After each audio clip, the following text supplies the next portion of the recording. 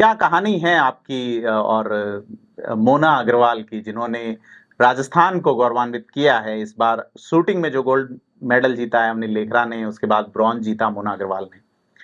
बताएं शुरू से कहानी उसकी। बिल्कुल सर, धन्यवाद आपका। जैसे मैं आपने बताया, बिल्कुल मैं एक भौतिक चिकित्सक हूँ, फिजियोथेरेपिस्ट हूँ। जी।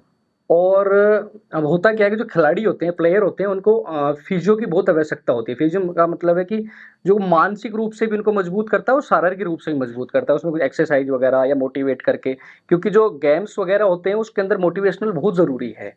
तो मेरे को आज भी याद है, लगभग डेढ़ पौने 2 साल पहले के आसपास मेरे को जो एकलव्य शूटिंग एकेडमी के कोच हैं, योगेश शेखावत जी, उन्होंने लगभग मेरे को डेढ़ साल पहले के आसपास मुझे फ़ोन किया था और मुझे बोला कि डॉक्टर साहब, आपकी हमें ज़रूरत है, एक बार आप एकेडमी आओ हमारे। तो मैं एकेडमी गया, तो उन्होंने मुझे बोला कि डॉक्टर साहब, हमारी ये मोना अग्रवाल हैं। और मैं बताना चाहूँ, मोना अग्रवाल उनको बचपन से पोलियो ग्रस्त हैं, मतलब नीचे वाला जो हिस्सा उनका लोअर लिम्ब है वो काम नहीं करता, वो व्हील चेयर पे ही रहती हैं। तो उन्होंने बोला कि हमारी ये एक स्टूडेंट हैं और इनको बड़ी समस्या है, आप इनको ध्यान दो एक बार इनके ऊपर। और मेरी एक रिक्वेस्ट है, ये बड़े एक मध्यम परिवार से है और ये फीस आपको नहीं दे पाएगी, मैं मतलब पे नहीं कर पाएगी। जी। तो मैं बोला ठीक है, क्योंकि मैं खुद सोशल एक्टिविस्ट हूँ, लगातार सामाजिक काम करता हूँ फिजियो के साथ साथ, जो भी हो सकता है चिकित्सा से अलावा भी। तो बोला ठीक है, क्योंकि हम भी जो मोना अग्रवाल को सिखा रहे हैं अपने स्तर से ही, जो भी ट्रेनिंग दे रहे हैं वो दे रहे हैं, और आप हमारी सहायता करो इसमें। मैं ठीक है। जब मैं पहली बार मोना अग्रवाल जी से मिला, तो मुझे आज भी याद है, जब मैं उनसे बात करते मेरे को लगा कि मोना अग्रवाल का जो लोअर लिम्ब है वो काम नहीं करता, पर अपर लिम्ब और मानसिक रूप से इतनी मजबूत है, मैं खुद आश्चर्यचकित था। और मुझे लग ही रहा था कि मोना अग्रवाल एक दिन बड़ा नाम करेगी, देश का नाम रोशन करेगी।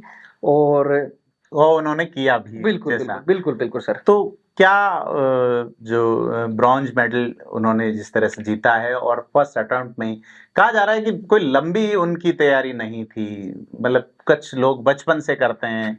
2 साल के टाइम पीरियड में एक शारीरिक रूप से दिव्यांग लड़की जो ये तय करती है कि शूटिंग करनी है, और शूटिंग जैसा महंगा खेल, परिवार की स्थिति इतनी अच्छी नहीं, क्योंकि काफी एक्सपेंसिव गेम है शूटिंग। क्या लगता है, व्यक्ति के मन में हमेशा एक सवाल होता है कि होगा कि नहीं, और होगा तो कैसे होगा? क्या बातचीत हुई उस दौरान मोना अग्रवाल से आपकी?